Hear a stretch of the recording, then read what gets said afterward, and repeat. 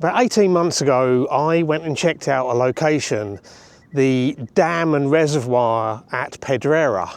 And at the time I was a little bit disappointed because I went to the northern end, which is where the dam is, and I kind of struggled a little bit because I couldn't find a way to get down to the water. Now since then I have done some research and I've found a spot right at the southern end of the reservoir that looks like you can get right down to the water. So I've come out today to check it out, see what kind of photography I might be able to do this afternoon, because it's quite a cloudy day, and also see whether it's a location I want to come back to, maybe for a sunrise or a sunset in the future.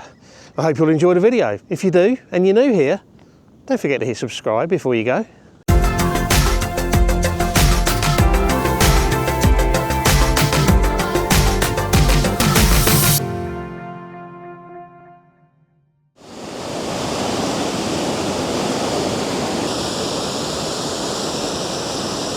This is the inlet to the reservoir, and as you can see here there's a load of water flowing down here, and that's because we've had a lot of rain recently, and obviously this is coming in from the rivers and wherever else it might be. Not the prettiest scene in terms of the surroundings of it, concrete. I'm still going to shoot an image of it, particularly with all those sort of like quite dark clouds up above. Quite possibly black and white. I'm going to want maybe a quarter or a half a second exposure, so I'm going to use live ND and rely on image stabilisation because I'm shooting handheld. Let's see what we can do.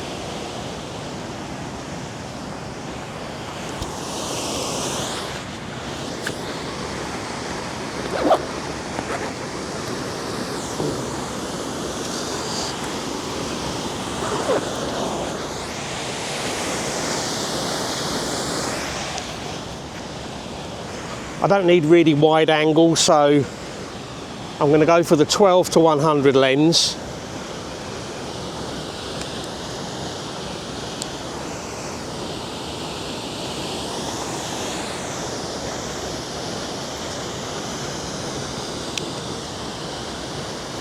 Take the sunglasses off so I can see what I'm doing. It's very cloudy but still quite bright.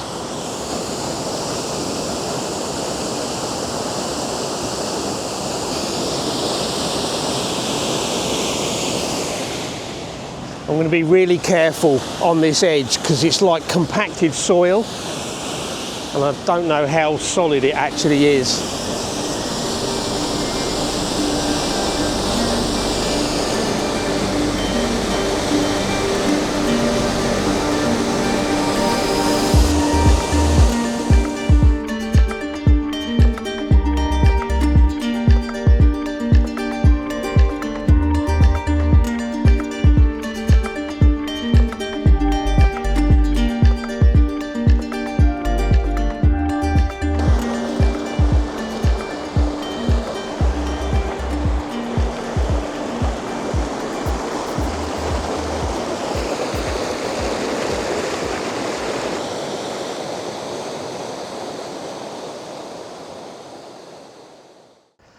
I've been trying to find my way down to the actual lake shore itself. I found a path over there that led down by like a little stream, obviously water running into the reservoir, but it dead-ended. A couple of nice little cascades, but nothing that I felt would make an image. So I think now I've found the path. Looks like it leads out kind of towards the lake edge. So I'm going to walk down here and see what we can see.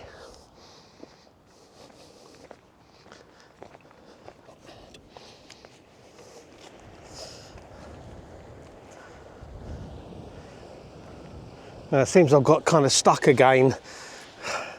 I'm quite close to the water, but I think probably because the water levels come up, it's like a marsh here.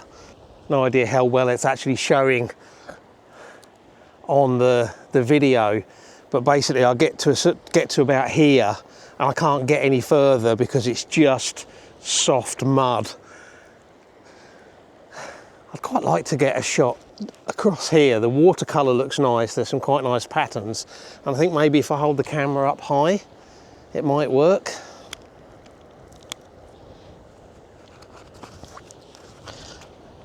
We'll give it a go.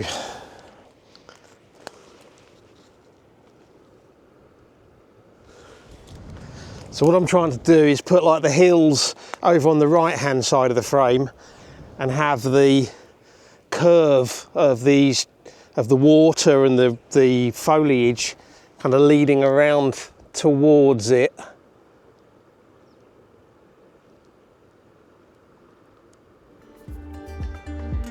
What a nice sky up there.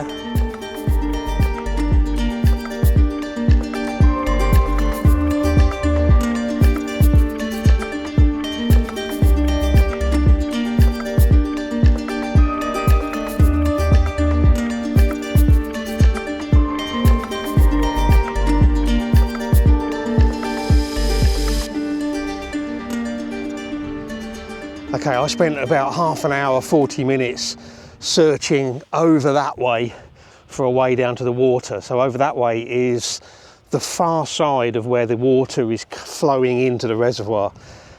I've now come back up past where I started and I've now found another path, and this looks promising. Fingers crossed. Let's see what we can do.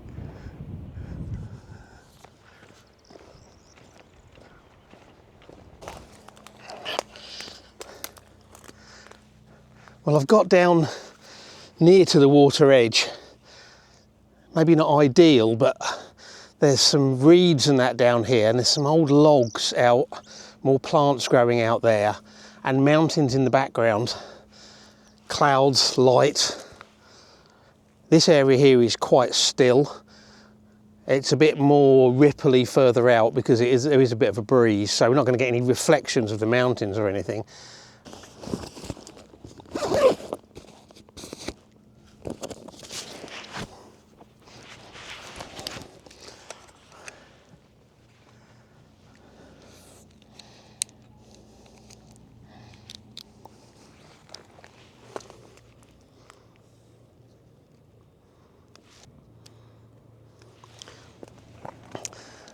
So what I want to do, there's some old logs down here in the reeds, and then kind of across the other side there's the mountains with quite nice light and clouds up above, and I kind of want to get them all in the frame, but the problem is there's some rather unpleasant looking twigs sticking up over here which are kind of blocking the view.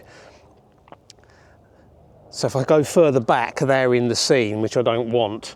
So what I'm going to do is zoom in a bit and shoot just maybe a 2 or 3 shot, just a horizontal pano, which should hopefully then let me do a nice 16:9 or 2:1 view of the scene.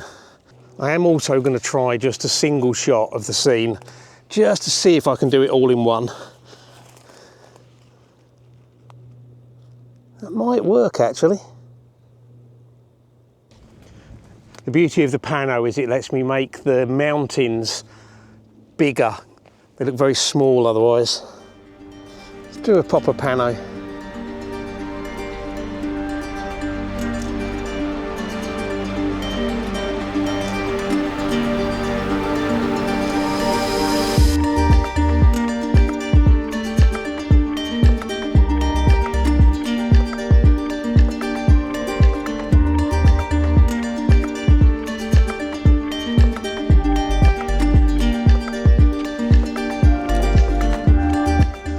Move a bit further up this way because there's some quite nice plants and that in there that might make some nice foreground.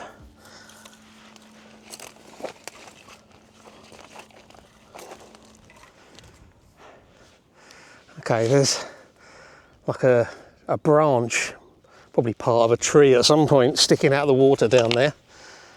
Use that in the foreground with the mountains in the background.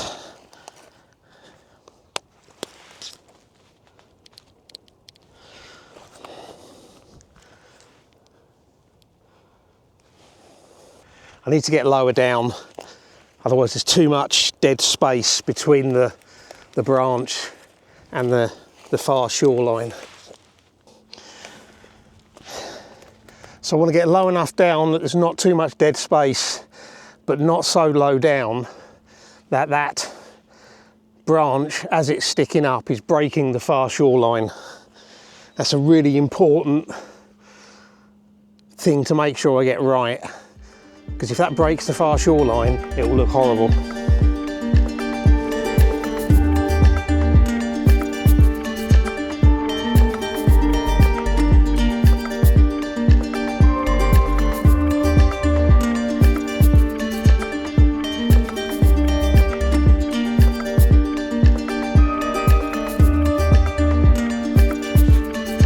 Another image here that, whilst I'm not 100% convinced it might work, out in the distance there's a clump of grasses or reeds sticking up out of the water.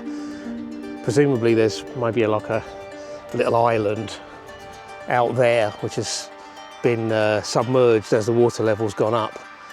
And in the background, mountains. So what I want to do is put the little bunch of grasses in the foreground with the mountains in the background, but because the mountains are spread across quite a long way, and because there's a limit in the angles I can get, again, I'm going to do this as maybe just like a horizontal pano, probably just 2 shots, may do 3 to be on the safe side, just to fit it in, and then crop it either 16:9 or 2:1.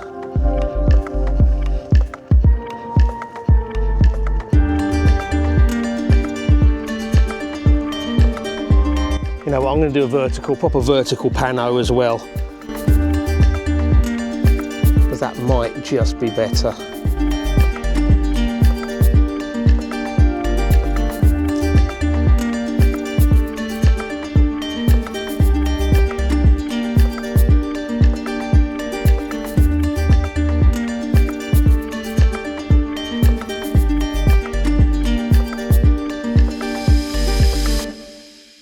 So my route has brought me back to where I found my first image, which is this cascade here where the water is flowing down and into the reservoir.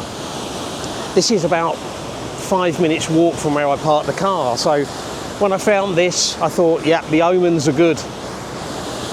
But then this turned out to be a really, really frustrating location to find anything. After shooting this, I think I spent a good hour and a quarter walking around just trying to find a scene that would work. Now hopefully, when I did eventually find something, I found something quite nice and managed to get a few decent images, but I'm not 100% sure. One of the reasons I came here was to see whether it was going to be a good location for a sunrise or sunset, and I think the answer is no. I don't think I'd come back here for that. It's just too difficult to find your way around, and there's no telling how the water levels will change over the next few weeks and months. But while I'm here, I think I am going to do one more shot of this cascade. But this time, instead of including all of the sky and the kind of ugly concrete bit, I'm going to zoom in a bit more and take all of that out and just concentrate on the shape of the channel and the water coming down and cascading over the rocks. Now I'm going to, once again, I'm going to stay away from the edge. There's like huge cracks in this kind of little miniature cliff here, so there's quite obviously a risk of it falling in, and I don't want to go with it if it does, so I'm staying well back from any of the damaged areas. And once again, I'm going to go for either a quarter or half a second exposure, but this time, as I said, chopping out all of the concrete and the sky and everything else, and just concentrating on the water coming down. So I will say, I am finding some limitations with the live ND feature on this camera. It's good, but I'm not 100% sure it's a complete substitute for actual physical filters. I'll talk more about those limitations perhaps in a future video, but there's definitely some. So I'm shooting this at the moment with probably, I'll probably go for ND16, which is 4 stops, and see if I can get a quarter of a second exposure. If not, I'll try tweaking it a bit more. Try 5 stops.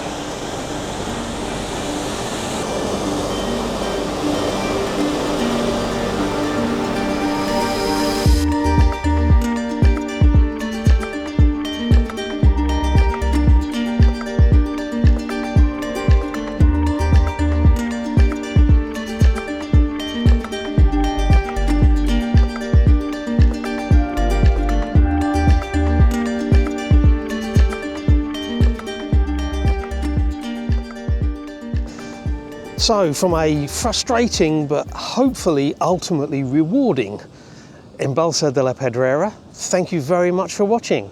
If you've enjoyed this, don't forget about likes and comments, and if you're new here, don't forget to hit subscribe before you go. Once again, thanks for watching, and until next week, bye.